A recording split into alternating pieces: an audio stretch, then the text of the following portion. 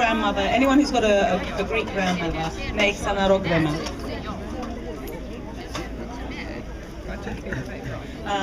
And it is something that I remember my grandmother making when I was a little girl, and she used to make it warm because she used to make her own halloumi.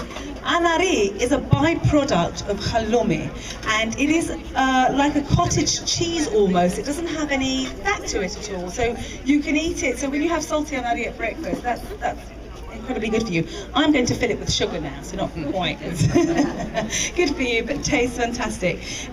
Because we do tend to eat anari with savoury things. We have it with cucumber, salted anari, but this is unsalted anari. I'm just going to make a little pudding with it to show you how to do it. Here we go.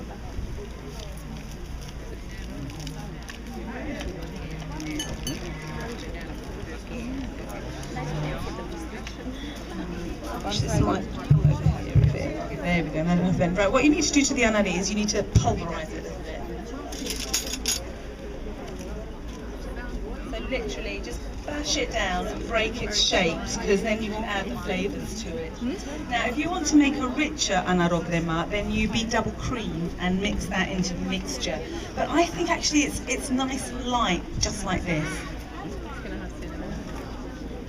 Has anybody here tasted anari? Any of our English friends tasted anari?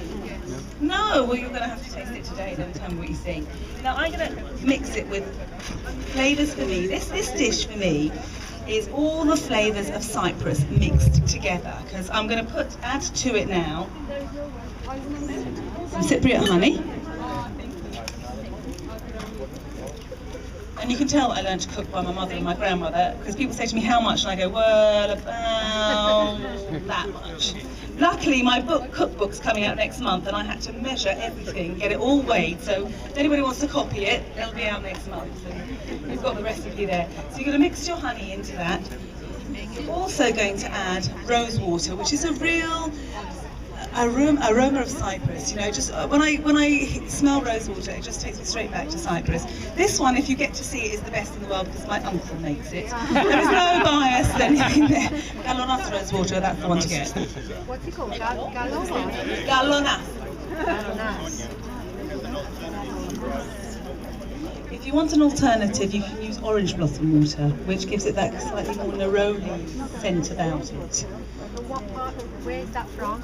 I mean, where's your uncle from? Oh, he's from Lithrodonda, and he actually, I must say that it's a family thing. This rose water had my parents picking the roses. If I'm in Cyprus in May, he ropes me into picking roses.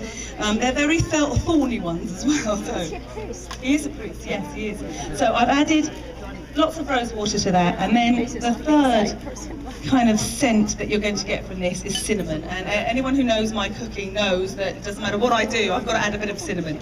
So you want to add a nice generous helping of cinnamon. Oh, there we go. Maybe not quite as generous as that. Just no, actually, I meant to do that. I did.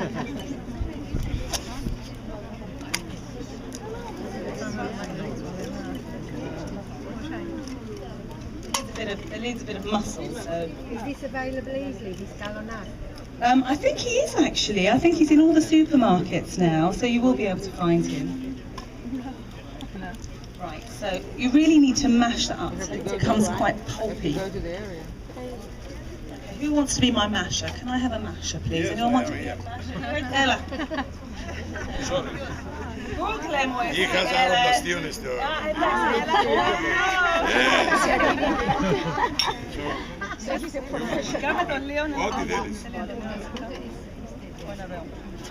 Don't do that, don't put your things in the food, I do that, that's terrible. This man used to have a zacharoblastia, which is a cake shop when he lived in England, so I always get really nervous in front of proper cooks, because I'm a kind of, you know, frou-frou kind of cook.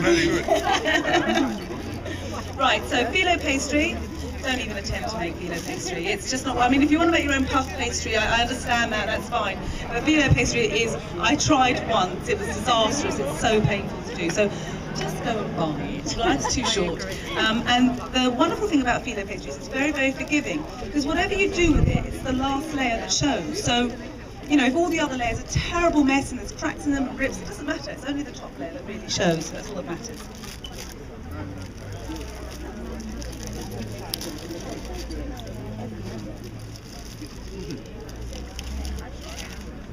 when working with filo pastry, whether you're in Cyprus or whether you're in London, it's best to have a slightly damp tea towel to lay on top of filo pastry because it dries and crisps up very, very quickly. Of course, I'm not very organised, but I will work this recipe very, very quickly. And I'm going to show you two ways of doing this, and then you'll get to try them.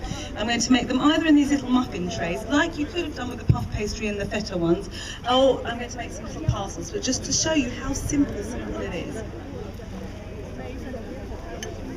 Is that good enough for you? That's perfect. Thank you so much. I don't mind. No, that's absolutely perfect. I need to cut this out. Pretend I didn't do that. You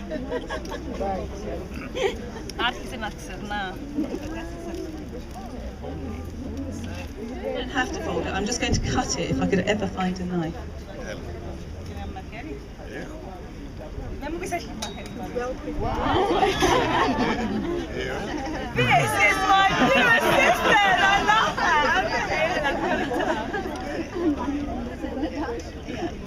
I'm just going to cut it easily.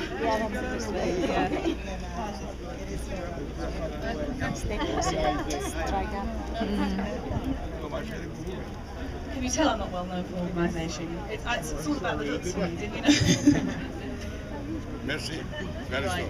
So, you take your filo. If I shout, can you all hear me so I don't have to keep leaning into that mic? Okay.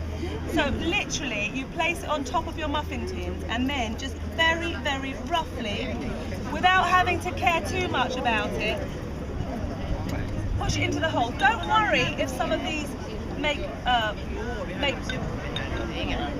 it's just so good. Don't worry if you make holes in these because it doesn't matter because you can put different layers on or not. My melted butter has now unmelted. So you want really quite liquidy butter, which makes it a lot easier, but don't worry too much about that. What I'm going to do is give you the impression of what's going on here. Don't worry about it. So you give it a layer. The reason that you put anything, oil or butter, the Greeks in Greece use olive oil, and I often do use olive oil to put in between the layers. The olive oil will not affect the flavour at all. I suggest you don't use extra virgin olive oil that's got that very peppery taste to it. Just use your normal olive oil, and that's perfect for just adding that little bit of fat in between the layers.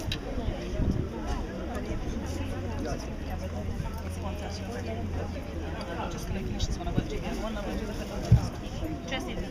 Okay, sorry, I didn't realise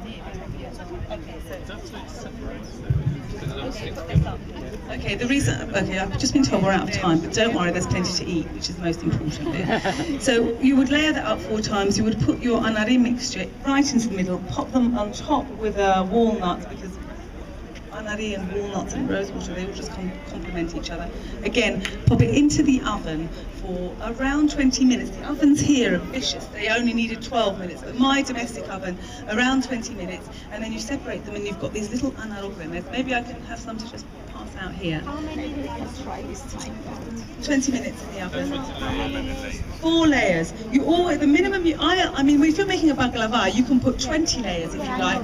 But for something like this, you don't want too many. More like only to hold the anari. So no layers on the top. These are the little parcels, and there's also little tarts that I made earlier that I'll show you. Just to say, the other thing that's coming round as well is beautifully grilled halloumi, and what I'm going to put in the front here is a couple of dipping sauces. When people eat halloumi, they tend to eat it just grilled. What I've done with one of the pieces is I've fried it dipped it in egg, put some pastry on flour on the outside, and that crisps it up beautifully. So that's a different way to have it. Or halloumi with dipping sauces, and I've got a chili dipping sauce which is very chilly. So if you don't like hot, don't go there. And the other dipping sauce is a very simple oregano, lemon juice, and olive oil sauce. And you just dip it in. It just kind of breaks the fat of the halloumi, and it just makes it absolutely delicious. So these will be passing around now. I'm sorry I've had to be so quick. I took over too much time, but I hope we have a lovely day. I'm going to the left, and I hope you'll be joining me later. Thank you.